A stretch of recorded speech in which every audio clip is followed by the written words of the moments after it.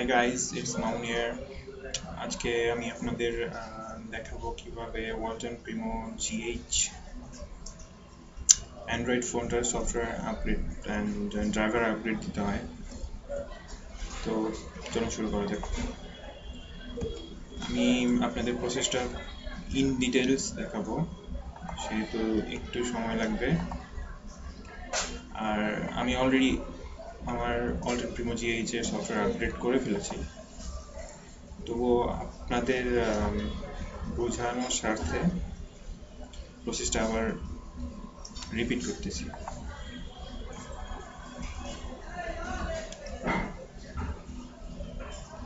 তো চলুন দেখা যাক কিভাবে আপগ্রেড করা যায়।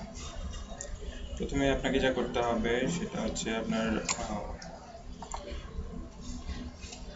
Primo GH official update firmware ফাইলটা ডাউনলোড করে নিতে হবে। তো ডাউনলোডের অ্যাড্রেস আমি ডেসক্রিপশনে দিয়ে দিয়েছি।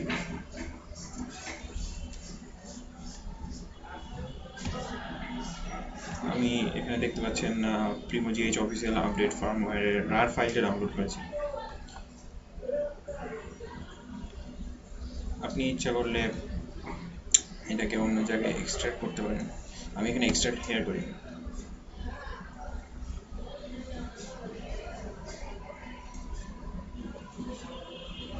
এক্সট্রাক্ট হতে একটু সময় লাগবে।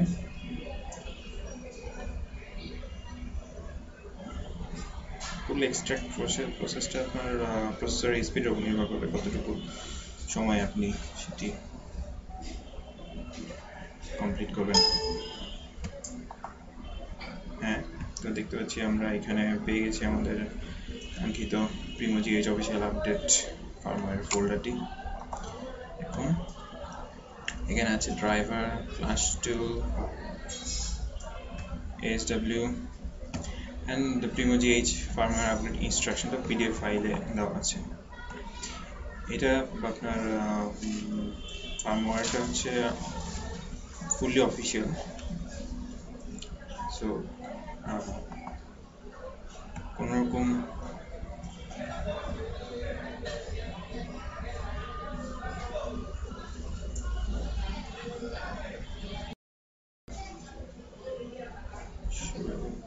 ভয় ছাড়াই আপনারা এটিকে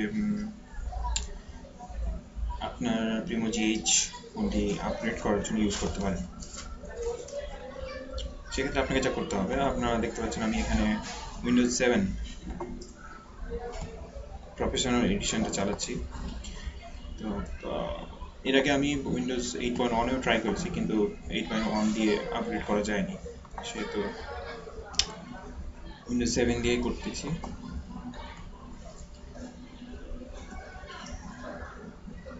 ফোনের সফটওয়্যারটি আপগ্রেড করার জন্য আপনাকে যা করা লাগবে সেটা হচ্ছে আপনাকে ফোনের ইউএসবি কেবলটা লাগবে,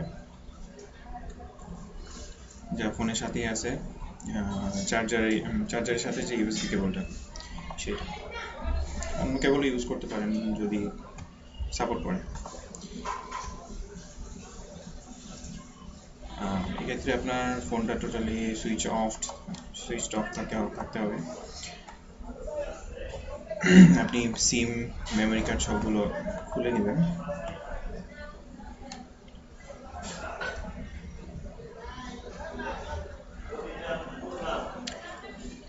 এরপর আপনি যে Primo GH official upgrade firmware ফোল্ডারটি পেয়েছেন, সেখানে দেখবেন যে ড্রাইভার নামে একটি ফোল্ডার আছে।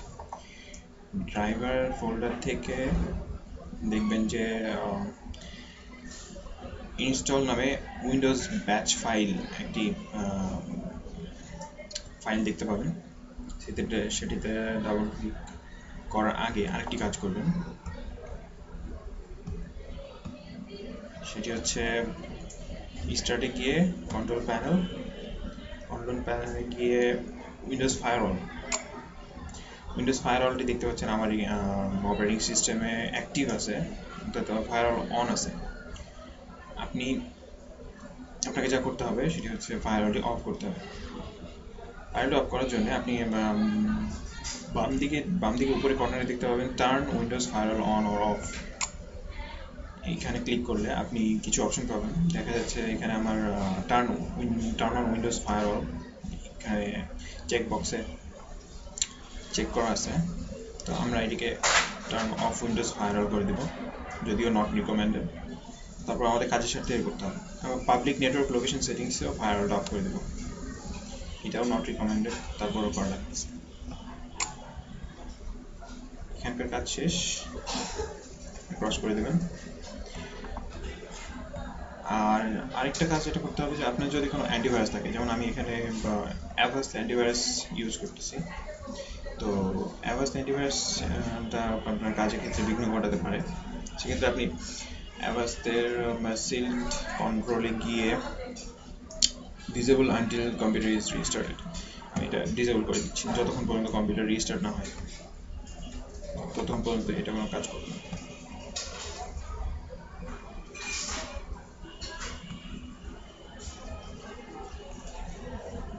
ওকে, সো আমি কাজগুলো করলাম। উইন্ডোজের যে ফায়ারওয়াল সেটি অফ করলাম, প্লাস অ্যান্টিভাইরাসের যে অ্যাক্টিভিটি সেটিও অফ করে দিছি। কারণ আমরা যখন ড্রাইভার ইনস্টল দেবো সেক্ষেত্রে ড্রাইভার ইনস্টলের ক্ষেত্রে এটি বাধা হয়ে দাঁড়ায়। আচ্ছা, তো ড্রাইভার ইনস্টল করার জন্য আমরা প্রথমে আপনার প্রিমো জিএইচ অফিসিয়াল আপডেট ফার্মওয়্যারের ফোল্ডারে গিয়ে ড্রাইভারে যাব, ড্রাইভারে গিয়ে ইনস্টল ফাইলটা ডাবল ক্লিক করেন। ডাবল ক্লিক করলে আপনি এখানে দেখতে পাবেন যে Windows security, Windows can't verify the publisher of the driver software, install driver software anyway, এখানে ক্লিক করুন।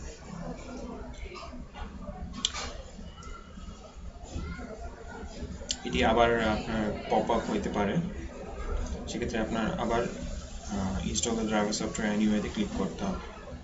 এই যে দেখুন চলে আসছে, আবার করুন।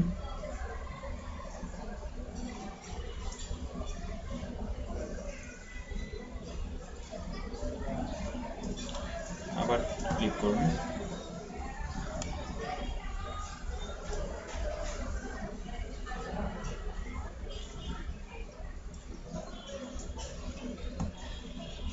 যতক্ষণ না ড্রাইভারটি ইনস্টলেশন কমপ্লিট না দেখায় ততক্ষণ পর্যন্ত আপনি দেখতে পাচ্ছেন ইনস্টল কমপ্লিট দেখাচ্ছে আমাদের। প্রেস এনি কি টু কন্টিনিউ। সো আমি যে কোনো একটা কি চাপলে এটা চলে যাবে। এখন আপনাকে যা করতে হবে সেটা হচ্ছে আপনার Primo GH official update firmware ফোল্ডারে দেখবেন ফ্ল্যাশ টুল নামে একটি ফোল্ডার আছে, সেখানে এর মধ্যে যাবেন, দেখবেন যে মাল্টিপোর্ট ডাউনলোড নামে একটি অ্যাপ্লিকেশন আছে, সেটি ওপেন করবেন। এখানে আপনি স্মার্টফোনে চেক করে ওকে করবেন। অবশ্যই খেয়াল রাখবেন স্মার্টফোনে চেক করতে হবে। ওকে করলে আমাদের একটি উইন্ডো আসলো, দেখা যাচ্ছে ইনকারেক্ট স্ক্যাটার ফাইল ফরম্যাট। এটা কোনো টেনশনের ব্যাপার না, ওকে করে দেবেন। এখন আপনাদের যা করতে হবে সেটি হচ্ছে যে এখান থেকে সিলেক্ট ফাইল থেকে আপনার একটা ফাইল সিলেক্ট করতে হবে। সেটি হচ্ছে আপনার যেই বলেন প্রিমো জিএইচ অফিসিয়াল আপডেট ফার্মওয়্যারটা নামাইছেন ওই ফোল্ডারেই আছে আপনার স্ক্যাটার ফাইল নামে একটি ফাইল আছে, সেটি সিলেক্ট করতে হবে। তো আমি মাই কম্পিউটারে গিয়ে আমি সফটওয়্যার রেখেছি আমার ফোল্ডারটা, এইখানে আমার ফোল্ডারটা আছে, ওপেন করুন। এখান থেকে এসডব্লিউ ফোল্ডারের মধ্যে আছে আপনার স্ক্যাটার ফাইলটা ডাবল ক্লিক করুন। দেখবেন একটু ওয়েট করলে দেখতে পাবেন ডাউনলোড ফাইল কমপ্লিট দেখাচ্ছে। Download file load successfully. Okay, now এখন যে কাজটা করতে হবে সেটা হচ্ছে boot ROM plus preloader console all, এখানে আপনার চেক করতে হবে। এটা চেক করা হলে পরে আপনার এখন লাস্ট কাজ আপনার প্রিমো জিএইচ এর আগেই বলেছি সিম মেমোরি কার্ড সবগুলো খুলে ব্যাটারিটা কানেক্টেড রাখবেন এবং ফোনটা অবশ্যই সুইচ অফ থাকবে। এখন আপনি প্রথমে ইউএসবি কানেক্ট করার আগে, আপনার ফোনের সাথে ইউএসবি কেবলটা কানেক্ট করার আগে এখানে আপনি দেখতে পাচ্ছেন স্টার্ট অলে ক্লিক করে দেবেন। স্টার্ট অলে ক্লিক করার পর আপনি দেখবেন আমাদের কাজ শুরু হয়ে গেছে, কিন্তু এখনো প্রোগ্রেস দেখাচ্ছে না। প্রোগ্রেস দেখানোর জন্য আপনার ফোন সুইচ অফ থাকা অবস্থায় শুধু ব্যাটারি কানেক্টেড থাকবে আর কোনো সিম মেমোরি কার্ড থাকবে না। ভলিউম আপ কিটা চেপে আপনি ইউএসবি কেবলটা কানেক্ট করে দেবেন। এখানে দেখতে পাচ্ছেন আমাদের ইউএসবি কেবলটা অটোমেটিক ড্রাইভার ইনস্টল নিয়ে নিয়েছে। যেহেতু আমার এখানে ওয়াইফাই চলছে, আমার আরেকটা ল্যাপটপ থেকে ওয়াইফাই রাউটার করা আছে, তো নেট থেকে অটোমেটিক ড্রাইভারটা ইনস্টল নিয়ে নিয়েছে। আমার এখানে প্রোগ্রেস দেখবেন শুরু হয়ে গেছে। এইটা ইরোরটা কোনো সমস্যা না, এটা যে সিলেক্টেড পোর্ট COM4+COM20 এই পোর্টটা থেকে লাইনটা পাচ্ছে না বলে এখানে ইরর দেখাচ্ছে। এটা কোনো প্রবলেম না। আপনার এখানে COM3+COM19-এ আপনার প্রোগ্রেস চলতেছে। এখানে প্রোগ্রেসটা চলাকালীন অবস্থায় আপনি অবশ্যই খেয়াল রাখবেন যে আপনার ভলিউম আপ কিটা যে চেপে ধরতে বলেছিলাম সেটা যেন চেপেই থাকেন। এটা যতক্ষণ পর্যন্ত প্রোগ্রেস কমপ্লিট না হয় ততক্ষণ পর্যন্ত আপনাকে চেপে ধরে থাকতে হবে। তো আমাদের প্রোগ্রেস দেখা যাচ্ছে এখানে 23%, 24%, 25%। যতক্ষণ পর্যন্ত না আমাদের 100% ওকে হয় ততক্ষণ পর্যন্ত আমাদের ভলিউম আপ কিটা চেপে ধরে থাকতে হবে।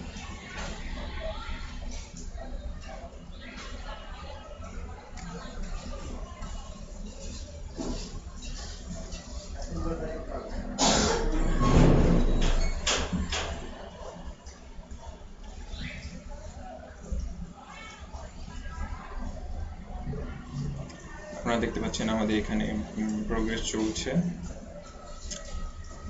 একটু 5 থেকে 6 মিনিট সময় লাগবে, খুব বেশি না। আচ্ছা, আমাদের যে অফিসিয়াল ফার্মওয়্যার আপগ্রেড প্রিমো GH-এর, সেটাতে নতুন ফিচার হচ্ছে এখানে লাইভ ওয়ালপেপার অ্যাড করা হয়েছে, আর আপনার পারফরমেন্স কিছুটা টিউন করা হয়েছে। তারপরেও আমি খুব একটা পার্থক্য দেখতে পাই নাই আগের সফটওয়্যার আপগ্রেড থেকে বর্তমানটাই। শুধু লাইভ ওয়ালপেপারটাই যা নতুন দিছে। আমি জানি না কেন অনেকের প্রিমো GH অনেক সুন্দর কাজ করে, কিন্তু আমারটা দেখা যাচ্ছে যে HD গেম খেলতে গেলে ল্যাগিং নেই। তো আমি এইটা নিয়ে একটু টেনসড যে কেন ব্যাপারটা হচ্ছে। হার্ডওয়্যার প্রবলেম না সফটওয়্যার প্রবলেম বুঝতেছি না, যদিও মনে হচ্ছে হার্ডওয়্যার প্রবলেম, কারণ সফটওয়্যার তো আপগ্রেড দিলামই, দেখতেই পাচ্ছেন। তারপর আমি Need for Speed Most Wanted latest ভার্সনটা চালাইছি, সেখানে ল্যাগিং করে খুব বেশি পরিমাণে। তারপর যেখানে আমাদের অফিসিয়াল ওয়ালটন মোবাইল সাইটে ফিচারগুলোতে দেখানো হয়েছে যে অ্যাসফল্ট 8 ইয়ারবোর্ড নাকি চলে, কিন্তু একটা রেস খেলার পর সেটা আর চালানো যায় না, মানে অটোমেটিক এক্সিট করে। তো এরকম হাইলি VFX দেওয়া গেমগুলা চলে না, খুবই দুঃখজনক। অনেক ফোনটা দেখতে অনেক সুন্দর, ফিচারগুলো অনেক ভালো করছে। OTG কেবল সাপোর্ট করে, ওয়্যারলেস ডিসপ্লে,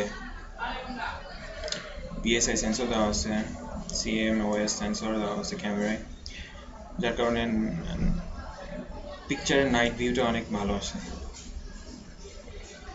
অ্যান্ড আরেকটা ভালো দিক এই ফোনের যে এর ডিসপ্লে কোয়ালিটি অনেক ভালো করছে। 16.7 মিলিয়ন কালার্স, অনেক বেশি, অনেক সুন্দর। কিন্তু পারফরমেন্সটা কেন যেন এভাবে হচ্ছে আমি বুঝি না। যাই হোক, আমরা দেখতে পাচ্ছি প্রগ্রেস এখানে 90%, 95%।